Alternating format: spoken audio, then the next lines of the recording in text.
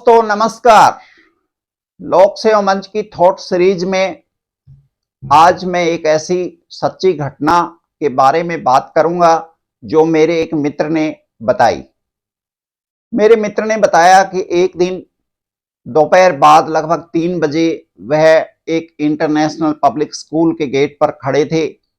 बारिश का अचानक मौसम हो गया और उन्होंने अपनी और बाकी अन्य लोगों ने अपनी छतरी तान ली, मगर एक व्यक्ति ऐसे खड़े थे जिनके पास छतरी नहीं थी, तो मेरे मित्र ने उनको अपनी छतरी के नीचे ले लिया।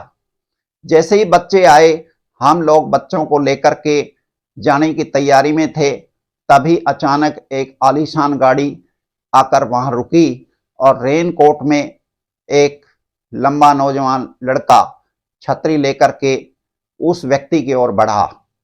मैंने उस व्यक्ति को अलविदा कहते हुए उनकी मदद करने की पेशकश की, मगर उन्होंने ध्यान से मुझे देखते हुए और शुक्रिया अदा किया।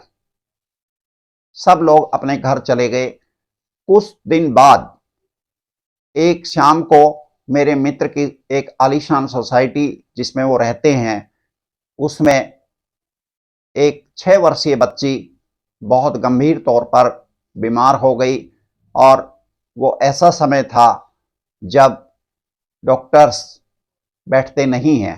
रात को लगभग 11 बजे का समय था। कहते हैं कि मेरे मित्र और उसका जो पड़ोसी था वो लेकर उस बच्ची को डॉक्टर के पास पहुंचे। जैसे ही हॉस्पिटल में पहुंचे तो स्टाफ ने बताया कि डॉक्टर साहब अब उपलब्ध नहीं हो सकते। तो उन्होंने रिक्वेस्ट की कि चाहे जो भी इमरजेंसी फीस है उसको ले लिया जाए, मगर डॉक्टर साहब को बुलाया जाए।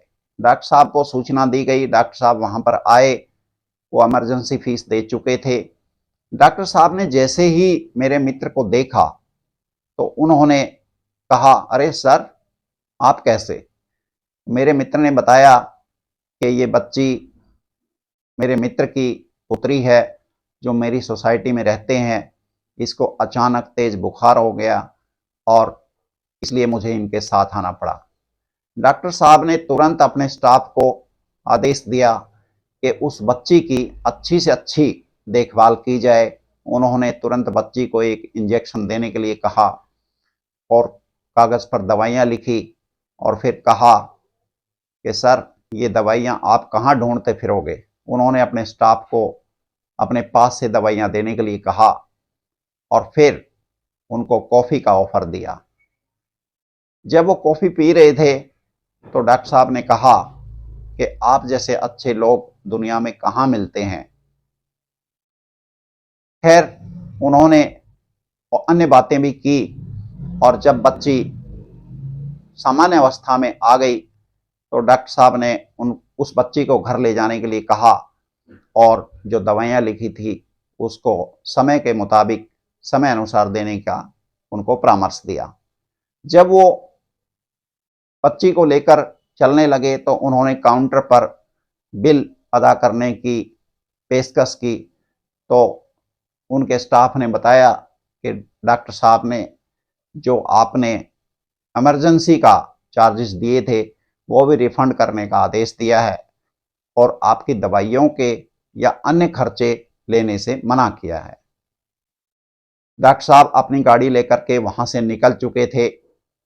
मेरे मित्र और उसके साथी ने बहुत रिक्वेस्ट की कि उनसे डॉक्टर साहब की फीस, दवाइयों का खर्चा, अन्य जो खर्चे हैं वो ले लिए जाएं, मगर उनके स्टाफ ने हाथ जोड़कर निवेदन किया कि डॉक्टर साहब ने ऐसा करने से हमें मना किया है और उन्होंने जो इमरजेंसी फीस ली थी उसको भी ससम्मान वापस कर दिया, ना दवाइयों के पैसे लिए और बहुत ही अच्छे से उन्होंने बच्ची की देखभाल की।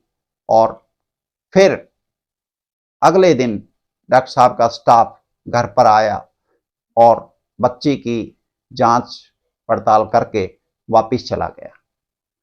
दोस्तों, ये घटना बहुत छोटी है मगर इसका परिणाम कितना बड़ा है इससे हम समझ सकते हैं कि यदि जाने अनजाने हम कोई शिष्टाचार करते हैं तो न केवल जिसके साथ वह शिष्टाचार का व्यवहार होता है उसको अच्छा लगता है, कहीं न कहीं कभी न कभी उसका जो लाभ है वो समाज के किसी भी व्यक्ति को और स्वयं करने वाले को भी मिलता है। यह घटना इस बात को साबित करने के लिए बहुत स्पष्ट संदेश देती है। आइए हम विचार करें, आप क्या सोचते हैं, कमेंट करें।